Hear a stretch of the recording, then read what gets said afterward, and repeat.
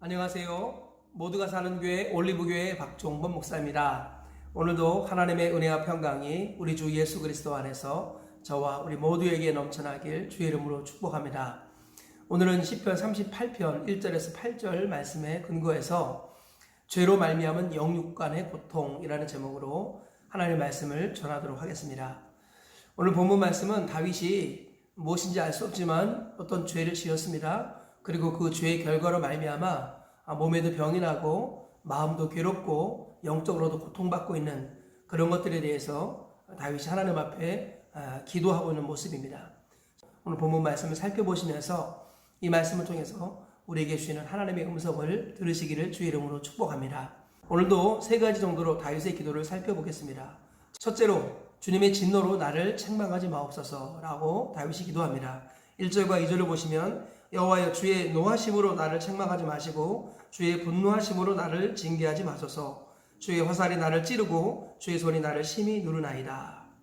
네, 다윗은 지금 하나님이 자신을 심판하는 것 같은 그런 느낌의 고통을 당하고 있습니다. 그래서 주의 화살이 나를 찌르고 주의 손이 나를 누른다. 이 화살과 손 이런 것은 심판을 상징하지요.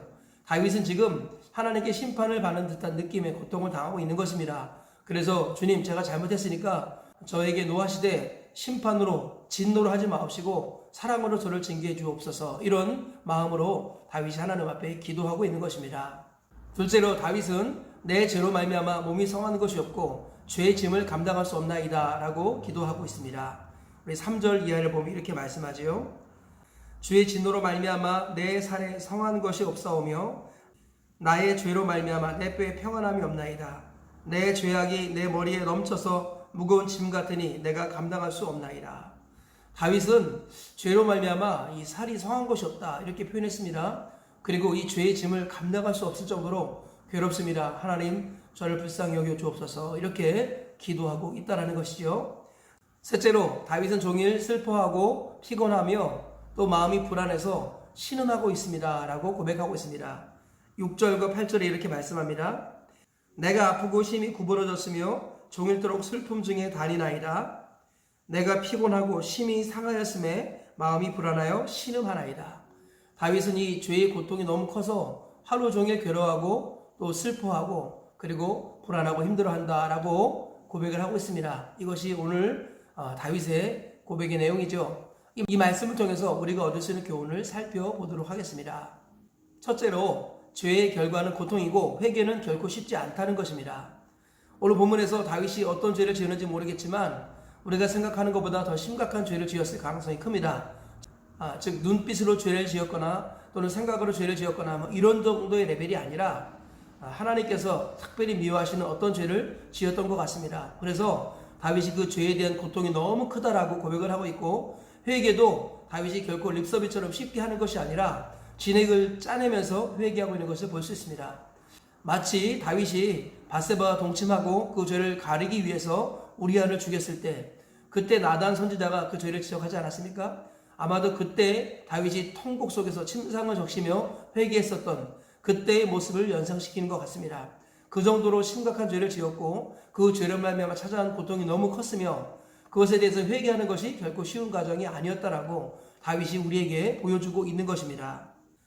회개는 결코 립서비스가 아닙니다. 하나님 잘못했어요 이 한마디 말로 끝나는 죄가 있을 수도 있습니다만 또 그렇지 않은 죄도 있다라는 거예요. 통해 자복하며 밤을 새우고 침상을 적실 정도로 간절한 고통의 회개의 기간이 필요한 죄도 있다라는 것입니다. 회개는 결코 쉬운 것이 아니다라는 것입니다. 그러므로 우리가 이 사실을 통해서 항상 기억해야 될 것은 죄를 짓지 않는 것이 가장 큰 복이다라는 것입니다. 그러나 우리가 연약해서 만약에 죄를 지었다면 즉시 회개하는 것이 가장 바르고 빠른 길입니다. 만약에 죄를 숨기고 또 다른 죄로 가리게 된다면 더 큰 고통을 겪게 되는 것입니다. 죄를 지었다면 즉시로 돌아와야 합니다. 집을 나갔다면 바로 돌아와야 하는데 탕자처럼 시간과 재능과 젊음을 허비하고 부모의 마음을 아프게 하고 그러다가 뒤늦게 돌아오는 이런 실수를 범하지 말아야 합니다. 물론 돌아오지 않는 것보다 100배 낫지만 이왕 돌아올 것이라면 빨리 돌아오는 것, 이왕 회개할 것이라면 빨리 회개하는 것, 이것이 중요하다라는 것입니다. 그리고 회개는 반드시 진지한 영혼의 고통을 수반한다는 것을 잊지 말아야겠습니다. 죄의 정도에 따라 회개의 깊이도 달라야 한다는 것입니다. 한번 스치고 지나가는 죄에 대해서 하나님 잘못했어요, 이렇게 말하면 될 수 있습니다. 그러나 정말 심각한 손상을 갖고 온 죄에 대해서는 심각한 고통을 지불하며 회개해야 된다는 것입니다. 죄의 결과는 고통이고 회개는 결코 쉽지 않다는 것을 항상 기억하시며 이왕이면 죄를 짓지 아니하시고 그리고 혹시나 죄를 지었다면 빨리 돌아오시는 우리 모두가 되셔서 죄의 심각한 고통을 최소화시키고 빨리 주님과의 관계를 회복시켜 나가시는 저와 우리 모두가 되시길 주의 이름으로 축복합니다. 둘째로, 하나님을 알아가면 알아갈수록 죄에 대해서 더욱더 민감해져야 한다는 것입니다. 다윗은 지금 큰 고통 속에 회개하고 그 고통이 너무 커서 육체적인 질병에까지, 다윗은 지금 죄의 고통이 너무 컸고 그 죄의 결과로 말미암아 몸의 질병도 찾아왔습니다. 마음도 괴롭고 그리고 영적으로도 고통받고 있습니다. 하나님과의 관계에 문제가 생겼기 때문에 그 고통의 크기가 매우 크다는 것을 알 수 있습니다. 이와 같이 죄의 결과는 심각하다는 것을 우리가 깊이 깨달아야 할 것이지만 또 하나 중요한 것은 하나님의 사람일수록 죄에 대해서 민감도가 높다라는 것입니다.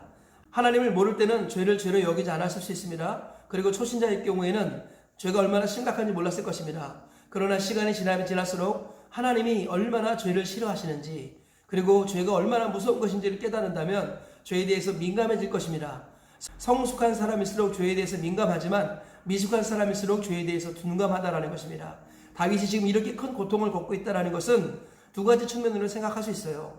첫 번째로는 큰 죄를 지었다라고 생각할 수 있고 두 번째로는 다윗의 영적인 민감도가 더 커졌다라는 것입니다.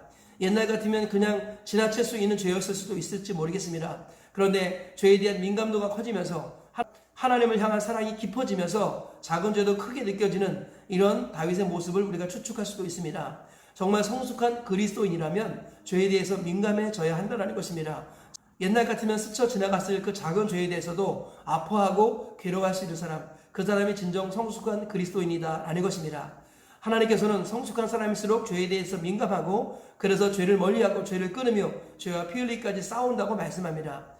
이 사실을 이 아침에 다시 한번 기억하시면서 저와 우리 모두가 죄에 대해서 민감한 자가 되어서 성숙한 그리스도인으로서 하나님께 인정받으시고 더 깊게 하나님을 사랑하고 하나님께로부터 더 큰 사랑을 받으시는 우리 모두가 되시길 주의 이름으로 축복합니다.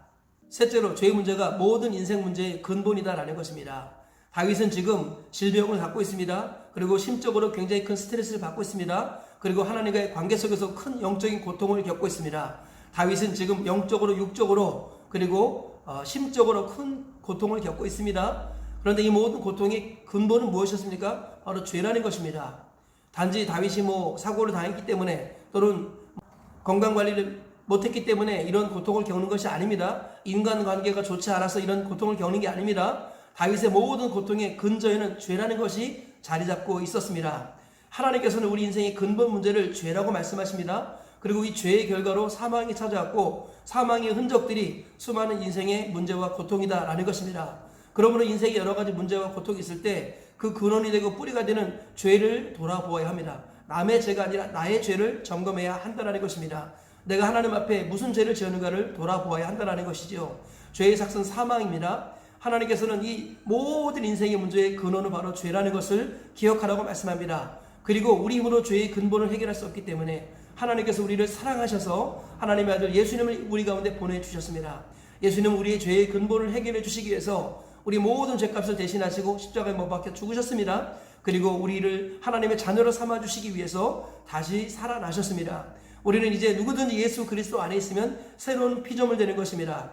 새로운 피조물이라는 것은 단지 예수님을 믿습니다라고 립서비스하는 것이 아니라 주인을 바꾸는 것입니다. 더 이상 자기 자신을 위하여 살지 아니하고 자기를 위하여 죽으시고 부활하신 주를 위하여 사는 그 사람이 바로 새로운 피조물이라고 고린도후서 5장 15절과 17절에 말씀하고 있습니다.